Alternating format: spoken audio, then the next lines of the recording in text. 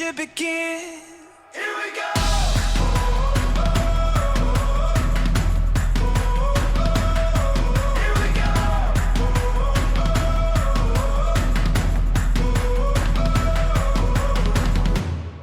Heading out on our own with our hope in the clouds. We're starting to see that we're onto something. Feel it coming now. Here we go. All we need is an open route and a chance to see a never-ending world that's beautiful. Here we go with the sunlight on our skin.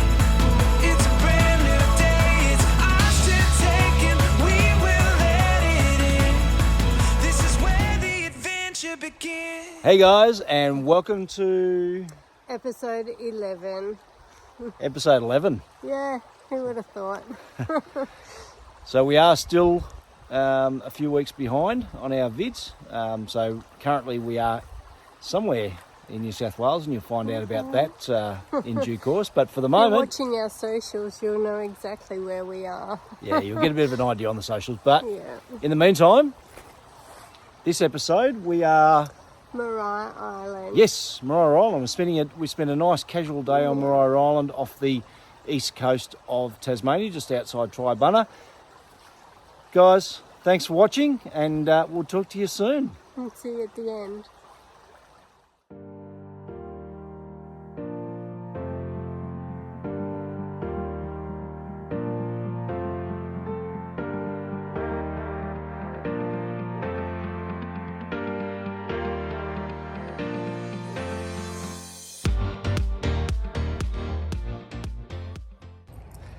Morning, guys. Good morning. Coffee time. Another early start. Today we're going over to Mariah Island on the east coast, just out of Tribunna. No facilities over there. It's an old convict settlement. When I say no facilities, we're talking no cafe or anything like that, but you've got toilets, there is accommodation over there. If you choose to stay, you can camp over there as well. We're only going over for the day. I think it was $52 per adult, and you do need to have a national parks pass because it is a national park. The great thing about Tribunna is that right next to the marina, I'll swing around a little bit, come around, just in the back behind there, directly over from the marina, you've got an RV park. I'll swing around a bit more. There's the Spring Bay Hotel, and in behind the hotel you've also got an RV park, and it's free camping. So you just have to park up, spend the night, jump on the boat and head over to Mariah Island if you're going to do it. It's a great little spot, quiet little town, beautiful little harbour. You can get fish and chips down at the fish van. Well worth a stop in. And as I said, particularly when you're not paying for the accommodation. We're actually staying up a bit further, about a K out of town. There's another pub up there, another tavern, and they've got loads of space in behind there. Just pull up and park up. We had a great meal there last night. It's only because we couldn't fit in to the two down here. It is pretty popular, but it's definitely well worth a stop in. Tribunna, great job. They really look after you. They're an RV friendly town. A couple of water points as well where you can stop in and just fill up your tanks. Couldn't be any better. Anyway, we'll show you more of Mariah Island shortly. See you soon. Cheers. Tribunna is located about 86 kilometres northeast of Hobart. Tribunna is a scenic township surrounded by beaches, hills and large tracts of eucalyptus forest. The area contains many historic buildings from Tasmania's colonial period and also commands excellent views of Mariah Island, which can be reached by a short ferry ride from the town. Almost check in. Over. There.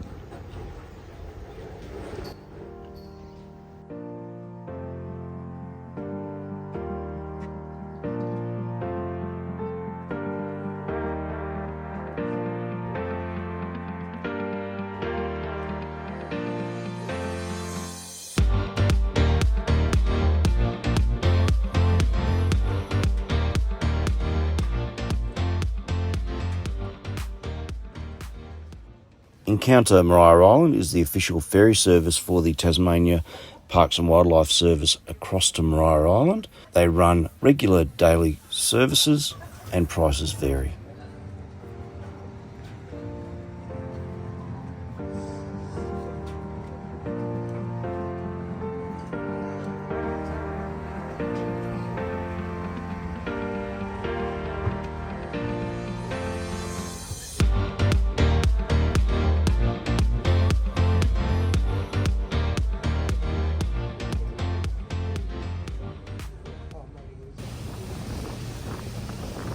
The original inhabitants of Maria Island were Aboriginal members of Oyster Bay tribe. European explorers first caught sight of the island in 1642, but didn't come ashore until 1789. The two-storey commissariat store, built in 1825, is located close to the jetty where the transfer of provisions from the boats could be undertaken with ease. It is the first building you will enter, and it is the location of the information centre.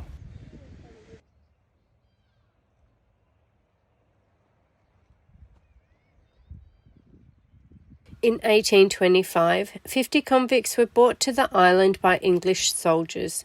The settlement of Darlington held convicts who had reoffended, and they were sentenced to hard labour. Amazing canopy.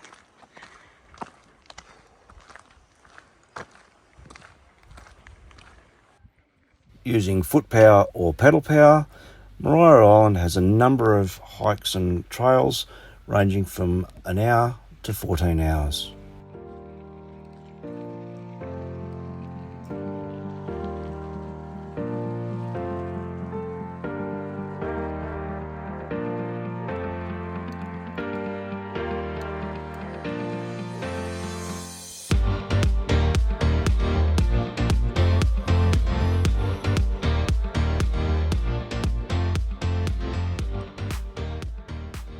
Due mainly to frequent escaped attempts, the settlement closed in 1832, only to reopen again some 10 years later.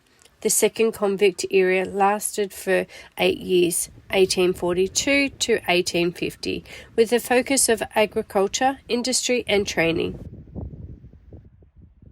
Once again, convict rebellion was a factor that led to its closure. The Darlington probation station is today the most intact example of convict probation station in Australia, and one of 11 convict sites recognised by UNESCO as a World Heritage Site. This is the rubble remains of what they called the 12 Apostles cottages. So all the way through. There are 12 of them, we've counted.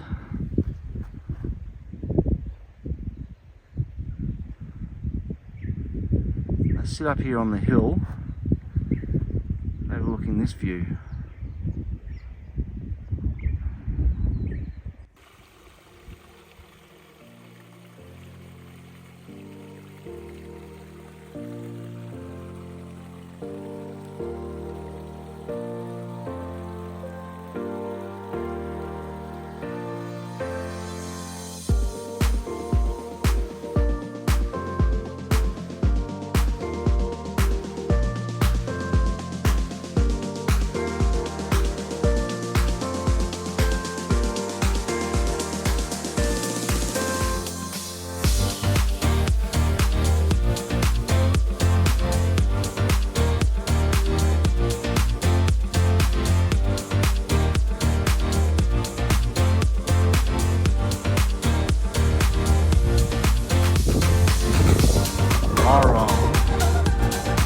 These views are breathtaking.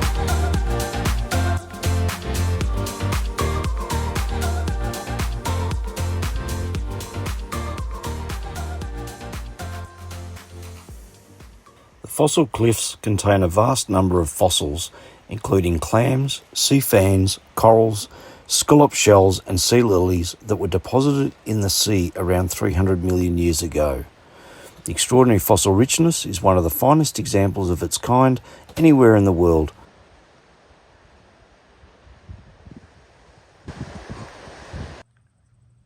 So 1846 miller's cottage. So there was a windmill structure there,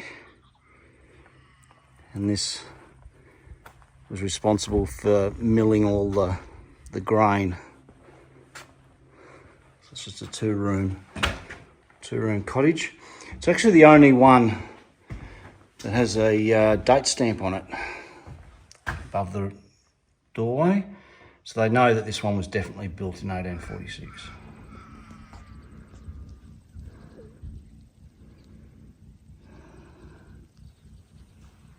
Fossil. Looks like a small wallaby's skull. There's an old bottle. I reckon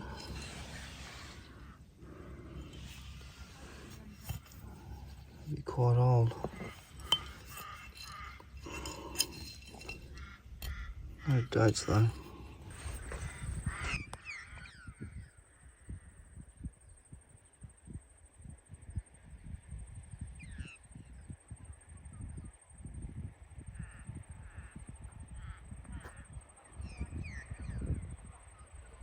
At its peak, the island had a population of 500. Many buildings were repurposed and others were built. The concrete silos adjacent to the jetty remained as a visual reminder of the entrepreneurial spirit.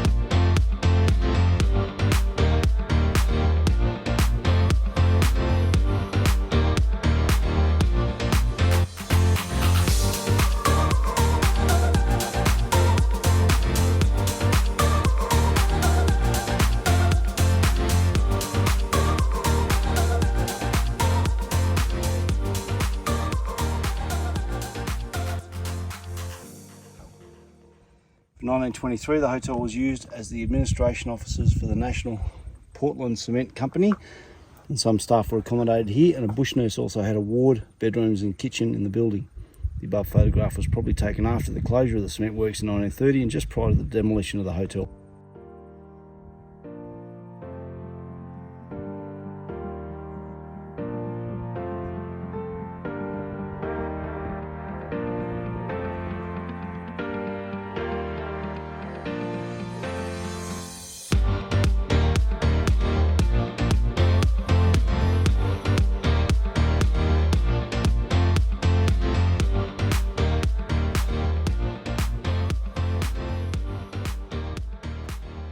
In the 1880s, Diego Bonacci, an Italian businessman, leased the land with the ambitious plans of agriculture, industry and tourism, wine and concrete.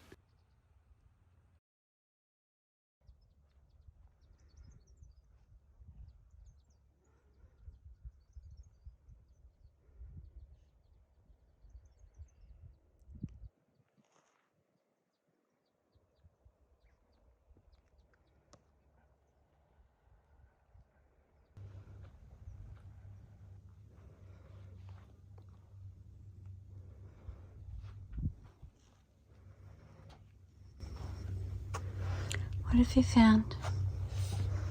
So, what's her name? Ruby Hunt was one of the last remaining independent residents on the island. So, this is Mrs. Hunt's cottage. They originally lived in number 9 of those 12 apostles, 12 units. They lived in night before moving up here after the Portland Cement Company works were closed in 1930, and she lived right through here until she passed away. But she was a psychiatric nurse, so she used to go back to Hobart, work at the psychiatric hospital, and then come back here. And when Mum and Dad were here, the daughters had the back room and they had the front room overlooking the views. Was she buried here on the island, or was she Doesn't buried say. elsewhere? Doesn't say. Yeah, pretty cool. Let's go and have a look.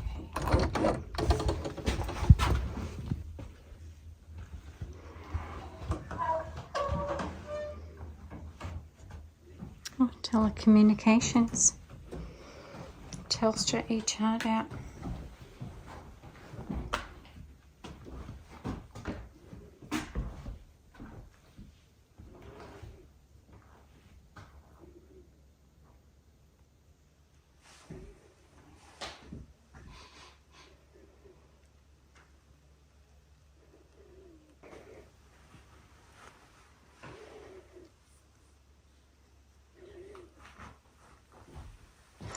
Lounge room.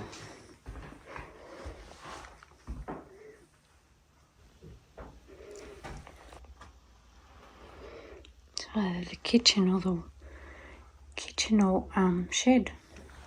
Okay, so the cottage was repaired from 2016 to 2019. The walls and stumps replaced, brickwork repaired, drainage lines cleared, exterior timber repainted. So they've done quite a bit of work, damaged doors and windows repaired.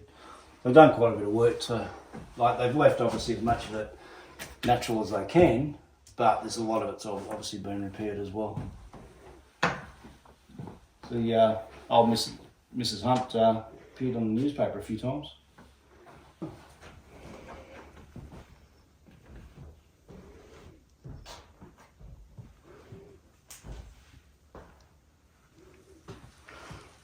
So this newspaper has been collected from archives, but it was originally lined the walls of the cottage. Repaired wall, roof line.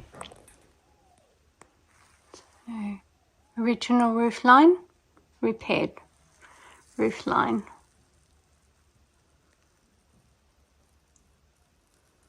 The roof line. Yep. It's all marked with newspapers. That's all original there, and then they've just done the corrugated iron over the top to protect it.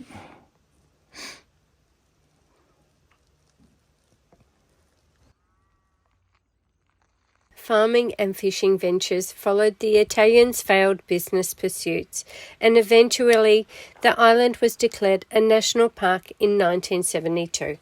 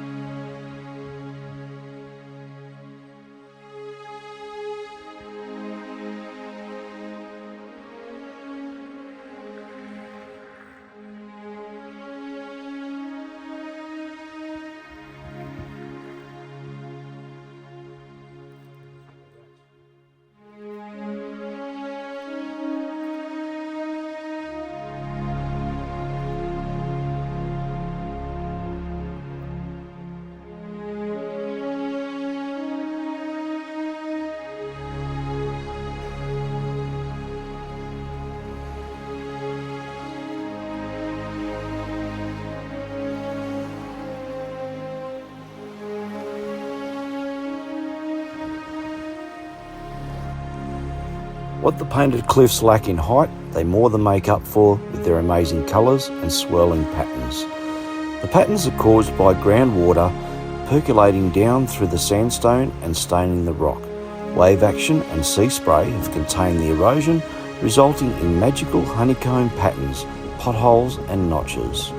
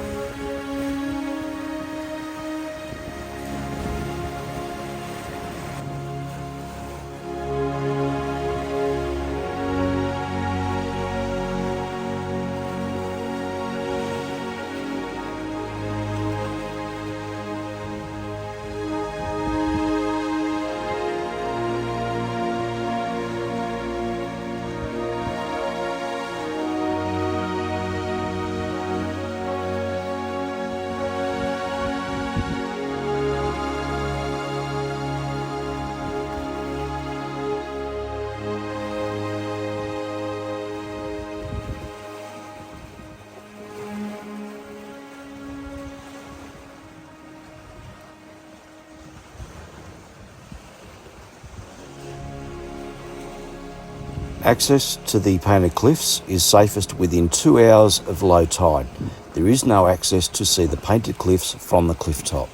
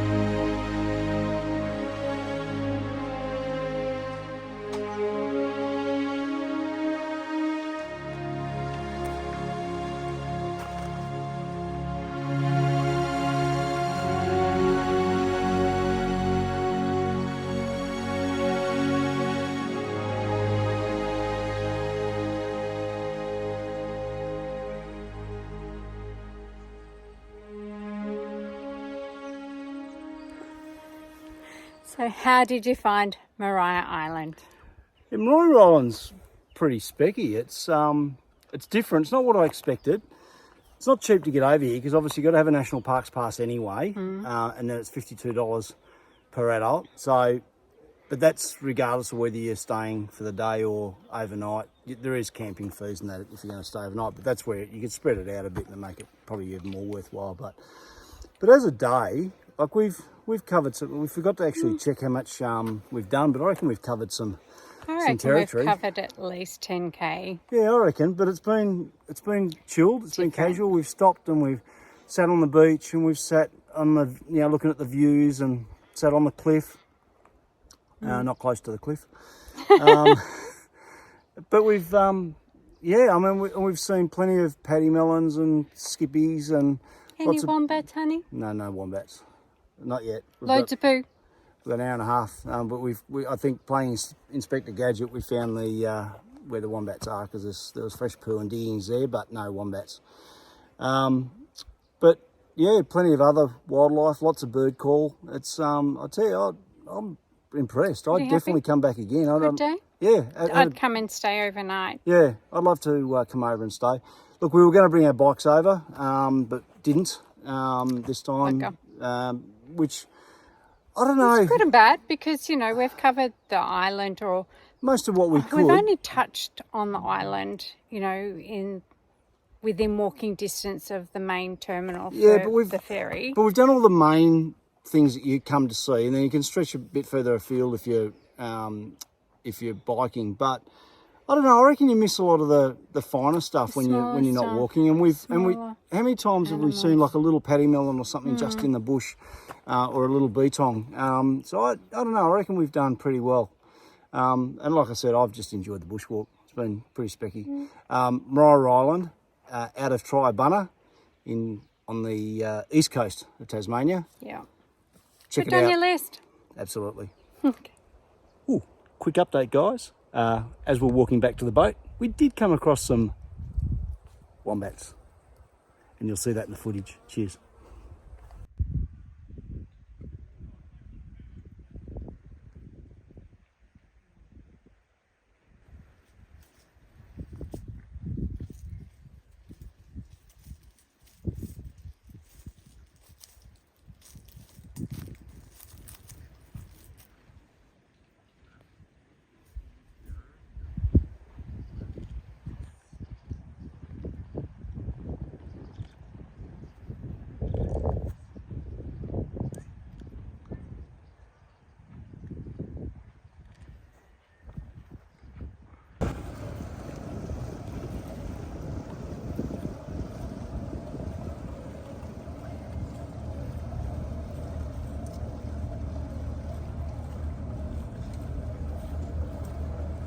Ding dong, very good afternoon everyone and welcome back. Hope you enjoyed your encounter with Mariah Island, of course heading back to Tasmania.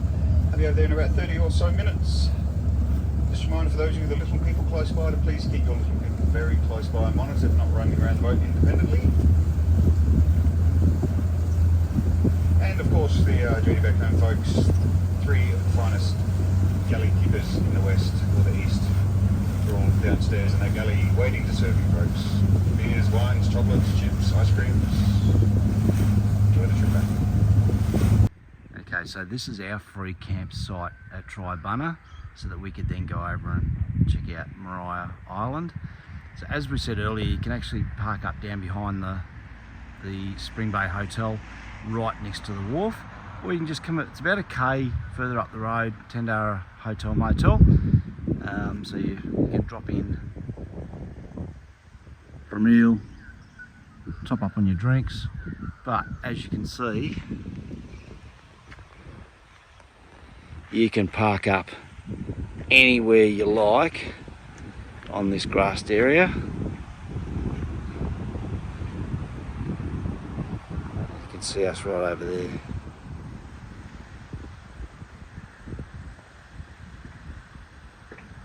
Free camp, no obligation to even go in and have a bite to eat or a drink in the tavern, but still worth doing. We did, and it was a brilliant seafood meal. So that's the Tandara Hotel Motel in Tribunna. How did you like Mariah Island? Please make sure that you take all of your snacks, drinks, lunch, depending on how long you go for. We were on the earliest boat over and pretty much the last boat back. So we needed to make sure that we had enough food, drinks for, you know, morning tea, lunch, afternoon tea.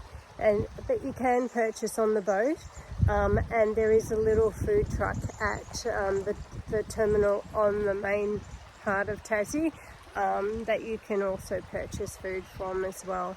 But if you're prepared, you won't need to purchase anything. So Yeah, so just remember, no cafe, no restaurant, no McDonald's over on the island. You need to make sure you've got everything for you for the day. And we spent a whole day there, as you can see. And even then, we only scratched the surface of the island. It's so much fun. It's like if you want to get out there and just get amongst it, the wildlife and bushwalking and that, the beach was beautiful. It's just, Mariah Island's just really quite spectacular. it's a pretty chilled, laid-back sort of a day. I mean, we did cover quite a few Ks, but, you know, we just did it casually and, you know, you take it as fast or as slow as you like. There was others who took bikes and, you know, they covered a lot more distance than what we would have. But we were happy to walk as we'd been hiking everywhere. So it was sort of another challenge, I guess, to just walk around the island. And we enjoyed every little minute of it.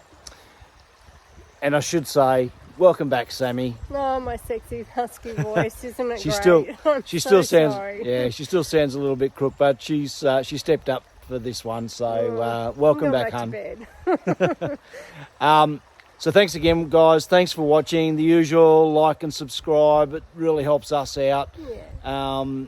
Follow us on our social medias. Otherwise, see you next time. We See you continue, next time. continue pushing up the east coast. Oh, where are we going? We'll leave that for the video. Okay. See you next week. See you guys. Bye. Here we go.